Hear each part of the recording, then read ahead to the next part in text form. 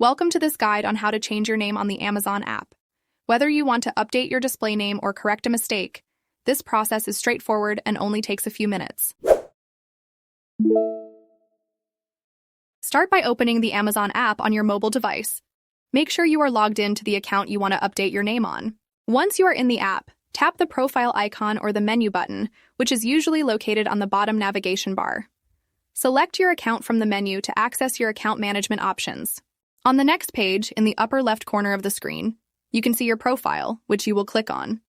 Then, when a small window opens, it will show your profile. You just need to click on the View option. The app will open the next page where you will on the Edit option, which is represented by a pencil, and then click on it.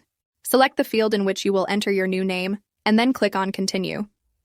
Amazon will update your name across all of its services, which may take effect immediately or over a short period of time. You have now successfully changed your name in the Amazon app. Thanks for watching, and be sure to follow us for new videos and tutorials on additional Amazon features.